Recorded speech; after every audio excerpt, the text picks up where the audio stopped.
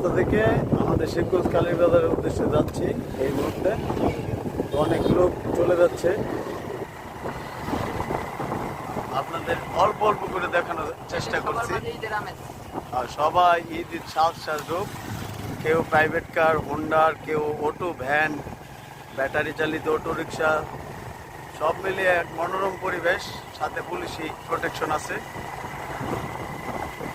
সব মিলিয়ে ভালোবাসা ভালোবাসা।